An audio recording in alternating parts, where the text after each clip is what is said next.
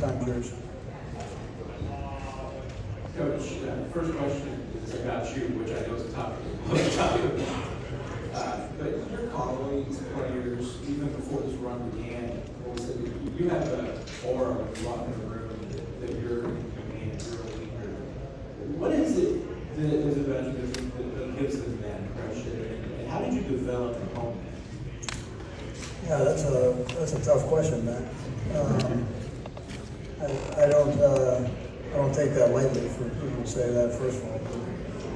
I've been put in leadership positions from the time I was younger, as team captains and all that stuff, so I'm very fortunate that way. Don't know where it comes from, probably the way I was raised. I don't have a very good answer for you. Coach, Matthew from Oxford. A couple of days ago, I had the opportunity to be with Brett Favre and talk to him, and he speaks highly of you. He told me that he doesn't bet, but that if he would bet for the Chiefs because they have you as a head coach. We know all about your history with the Philadelphia Eagles, but can you tell us a little bit more about being with Brett Favre at the Green Bay Packers? Yeah, so it was a great experience. I was there 7 years at Green Bay. Phenomenal organization, great people. I was around great players, Brett being one of them for sure.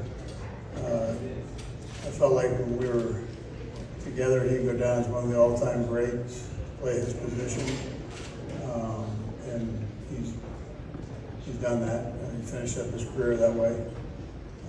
Also around Reggie White, who I felt the same way about, Sterling Sharp, the same way about. So we had a ton of these real good players there, and just very fortunate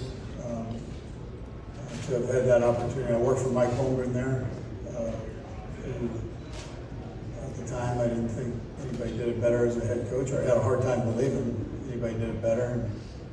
And I've been coaching now for a couple of years as a head coach, and I still feel that same way. So.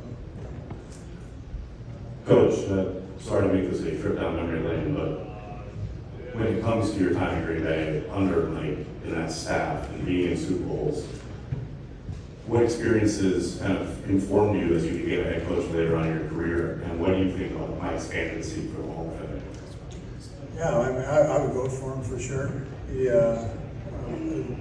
well deserved to be in there. Brett's in there, Ron Wolf's in there. So you get the third part of that group that had such a big influence on the success there. It was Mike. So things changed when he came. And I thought every year we were there, we were competitive. Went to a couple of Super Bowls. So I think, what I took from him was I thought he was a tremendous leader. I thought he was a brilliant guy offensively. But he also had a good feel for both sides of the ball. He understood how important special teams was.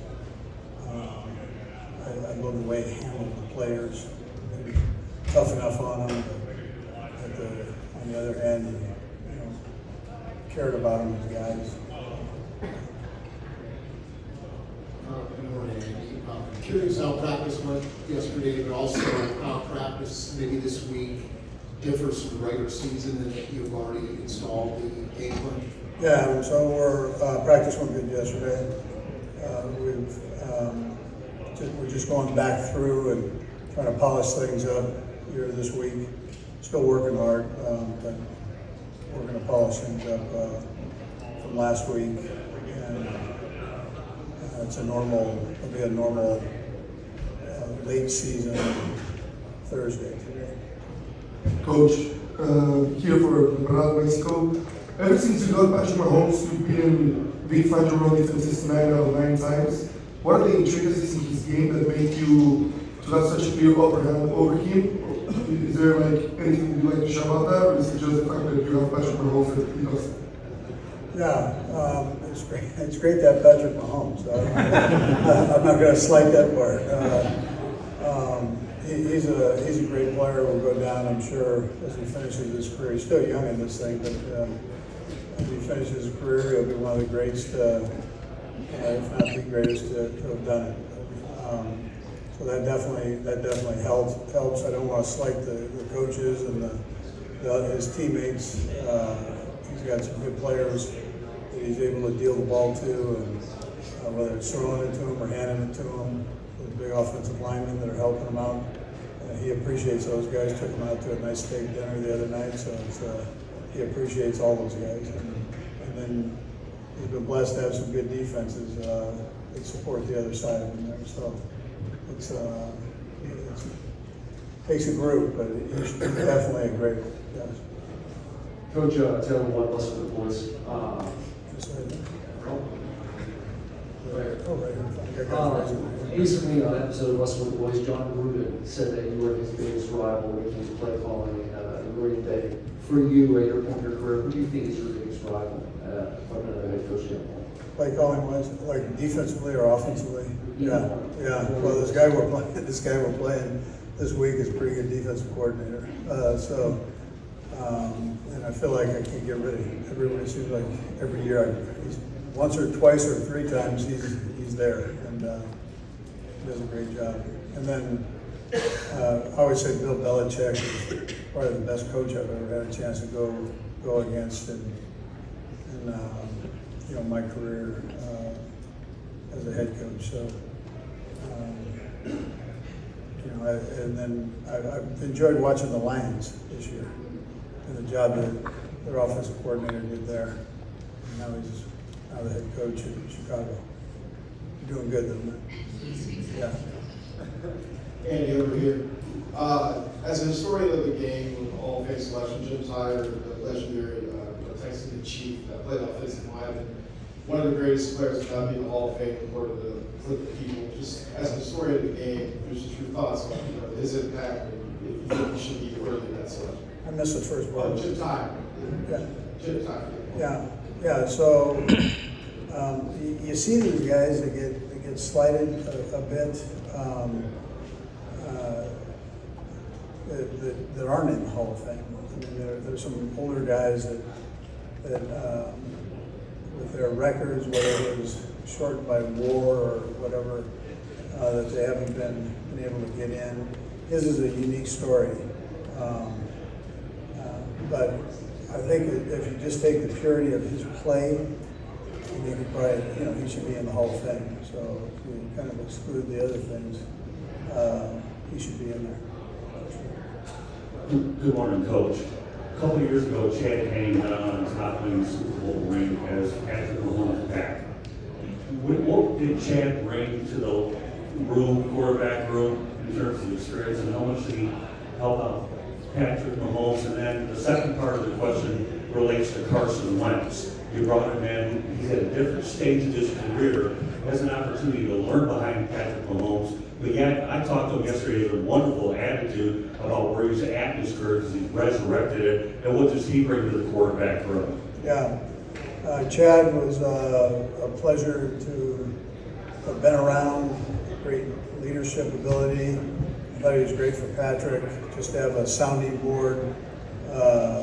And then when he got in the game, everybody had confidence in him. So he came in some tough situations, and we didn't feel we had to change a whole lot of things when he stepped in. So it was great. I mean, great kid. As far as Wentz goes, I basically say the same things there. He just hasn't had that opportunity necessarily to step in with the ones yet, but he's a great kid, works hard. I joke about his size. He's a huge kid. If he can't play quarterback, throw him in a tight end. He's a good one, good kid. Andy, in the Super Bowl, the fact that you're playing, its importance, does it change your aggressiveness on fourth down in the red zone and how you handle your team? Yeah, well, you know as well as I do, Philly stays aggressive on their fourth downs. And they've got a good offense. So I think on the other side of that, you do the same. you stay aggressive within reason on fourth downs. We've done that throughout the season, but that really ups itself when you're playing against a good team that likewise does. Coach, obviously making it to the Super Bowl is like very big deal. How do you balance enjoying the Super Bowl, enjoying the 2-week lead up, but then also keeping it, business when it comes to practice and everything like that? Not only individually as a player, but also as a team. Yeah, you understand that it's about the game. It's not about all of this. It's important for you guys, right? And it's important for the league and the fans for this. But the most important thing for the football players and coaches is that you function well in the biggest game of the year. And you want to do that every week, but the magnitude of this, it is a two-team standard, so we all know that. And you're playing for a championship there, so it's important that you focus in on the game plan, how you handle it, so you can master it by the time you get to Sunday. Coach Ray, over the years, the speedster / deep threat wide receiver has been an integral part of your offense, from Tyreek to Cole and now Xavier and Hollywood. Why do you think this type of player has been so critical for your offense? We've got a good blend of speed and some possession type receivers, if you put them in that box. And then they all complement each other. So to have those guys around Kelce, it helps Kelce. To have DeAndre, Juju, those guys help, and Watson, they help the speed guys too. The speed guys help them. So it's different pitches, if you look at it this way, different pitches that you can throw at a defense. And it allows you to get a little deeper down the field and stretch it vertically. Coach, what have been some of your expectations and goals for the players in practice this week? Some specific ones. Yeah, well, the main one is just go back and make sure we polish up the game plan. And sometimes you can get caught up in when you're back home, hey, listen, we have another week to get ready. Well, no, that's not what we're at. So right now it's Thursday before the game. You got to up the concentration level, make sure that you keep things fine-tuned here. Hi, Coach. You mentioned the Mahomes' O-line appreciation. Can you speak to Jawan Taylor's role as a blocker and a motivator for this offense? Yeah, first of all, he's a great kid. He's been a solid guy for us throughout his couple of years with us. Works his tail off, doesn't say much, pretty quiet guy, but loves to play the game. Man's man type deal. So he's a good one. Good one to have. Coach Ron Lombardi, WSU St. Bonaventure. Has the first week of February been marked on the calendar for months now? You don't look ahead, in this thing. You got to take care of business every week because of the parity in this league. So we just try to take it literally week by week. I mean, coaches stand up and tell you that, but in this league, the way it's wired right now, you've got to make sure you do that, or you're not able to stand here. And has the week felt any different than the last year? Well, yeah, I haven't had to do this every day. At the other ones. Couple more guys. Andy, there's been a lot of noise about officiating and how your team is officiated. I know you're not worried about that, but does it concern you at all that could seep into how this game is officiated, and maybe they overcorrect and say, we can't give the Chiefs a call with 2 minutes left in the game because that's going to be the story Monday morning? Yeah, listen, I don't think the officials care about what's said. They're doing their job, and they're doing it to the best of their ability, and they don't favor one side or the other. I mean, that's not how this thing goes.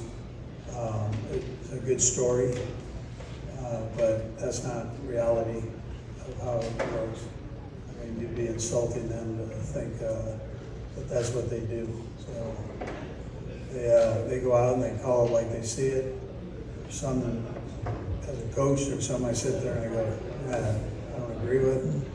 Some I agree with. You know, I mean, that's how it goes. But it does make for a good story. Last one. Coach, hi, over here. Nick Antonakis, WBN Sports in Boston. Very historic chance this Sunday at 3P, but not a lot of people talk about the journey to get there. Do you have a specific moment in mind over these past 3 seasons that define your journey so far to the chance at a 3P this Sunday? No, I would probably tell you no. I mean, it's a conglomeration of all of the hard work that the guys have put in. And whether it's coaches and players, I mean, the guys, there's so much time and effort that goes into each game. I'd equate it to studying for finals where you're just completely exhausted that week, mentally, physically, to get yourself ready, and then you go out and you cut it loose. And so they do that 17 times out of the year, 18, 19, 20 if you're lucky. So, but I wouldn't say it's one thing that jumps out at me. I'd just say it's a whole body of work of 3 years of work in this league. It's like dog years. So there's a lot that goes into it. Thanks, Coach. All right, good, thank you. Well, I got a heads up from my brother, right? My brother was with him in Philly for a couple of years, and the biggest thing is my brother was like, take advantage of the opportunity. He's an unbelievable coach. He's a player's coach, but at the same time, he's going to hold you accountable. And I think the first really year to 2 years, I was with Coach Reid. I was like, man, this guy's not messing around. Like, there wasn't too much of the personality that I see now, knowing that he's like a father figure to me. He's like I don't know, one of my uncles growing up that I respect so much because of who he is. And I owe everything to that man in my career, and where it's gone, where I was at Cincinnati and where I am now, man. I have nothing but respect for Coach Reid and how he's helped me get to where I am. Hi, Travis. My name is Bianca Sporting News. Travis, Jason and Kylie have been playing coy about who they're rooting for this season. They know exactly who they're rooting for. But Kylie did mention that your nieces are going to be wearing shirts that say "Go" and Coach Kyle. Can you kind of talk about your relationship with them and what that support means for you? Jason and Kylie are, I love them to death. This game isn't going to get in between how much I love them. And the fact that the girls are going to be wearing a Go Uncle Travis shirt, it warms my heart and gives me, something else to fight for. And hopefully I can make them proud and put a few smiles on their faces throughout the game. Hey, Trevor, just want to know that you've come to learn and grow to admire that Taylor Swift's work ethic. Her work ethic? What I saw on that tour last year was pretty remarkable. I mean, to see the week in, week out, traveling from one country to the next, and how excruciating it is on her body and on her mind. And it's not just her; it was her entire tour. It was the dancers, it was the band, the singers, it was everybody involved, and it was an absolute machine. And it was something I could admire watching and take a lot of notes from. Hey, Travis, over here. There's a whole bunch of people hanging outside. Go ahead, yeah, thank you. Gotcha. Adam, what's going on? You said the other night you plan to play next year and beyond as well. What's left for you? The rest of your career, and beyond, it's not football. Yeah, I got a full heart of football left in me. I really love this game, and I think throughout the year it can get pretty tough, but it's moments like these, the playoffs, these memories that I'll have with the teammates and coaches that I go to war with, and wanting to keep that legacy or keep finding new ways to create those memories. I think will I don't know, just keep fueling me and my love for football. You see your role changing at all? I feel like this year I kind of stepped into a role of being more of a voice for the guys. I mean, we have a lot of new faces, whether it was guys that we picked up in the offseason or guys we picked up throughout the season. Obviously, Kareem and Juju have been here. They understand the culture and everything, but just being able to be there for the young guys and help them understand the offense better and hopefully understand, how to weather the storm of a week like this. Good morning, Travis. And what's your main motivation by winning this Super Bowl, and what would be the biggest challenge facing this Eagles passing defense? Yeah, I mean, their defense, this is going to be the best defense we play all year. They play so well together. Their secondary, you can tell they're all on the same page. They all understand their rules, a lot of zone coverage, but when it comes down to playing man, they're very physical. So it's going to be our biggest challenge yet. And I haven't even talked about the D-line yet. Their D-line is one of the best in the league. And it's going to be a fun challenge, man. I love going up against the best. It's why I play the game. And sure enough, we got two Goliaths going at it at this Super Bowl.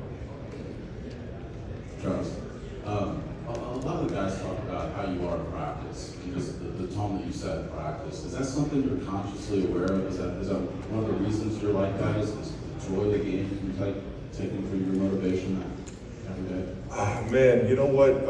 Early on in my career, I think a lot of my motivation was driven off of individual success, wanting to get that acknowledgement of my peers, of the people watching the game, that I was somebody fun to watch, or I was worth watching, or I was worth having on your team. And nowadays, I just love going to work with the guys that I'm in the building with. I love sharing these memories. I love figuring out these game plans, figuring out how we're going to attack a defense.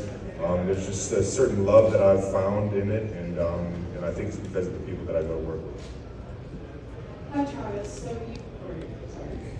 you've been such a big media personality, and obviously with having Taylor Swift as your girlfriend and your podcast and everything you do, you're just so big in the media. How do you manage being such a big media personality with also maintaining being such a high caliber athlete? Well, I think everything in the media is fun. You gotta treat it as it's all entertainment. So you're trying to either put a smile on somebody's face or give a good intake on what's at stake. And I think my balance is you got to take yourself out of the media world and into reality whenever you're not doing media. What's real is the people around you, your loved ones, your family, your support system. Who are you to them, and how is that affecting your life? And I think that's the biggest thing, is making sure you always take a step back and see what's real and what's real.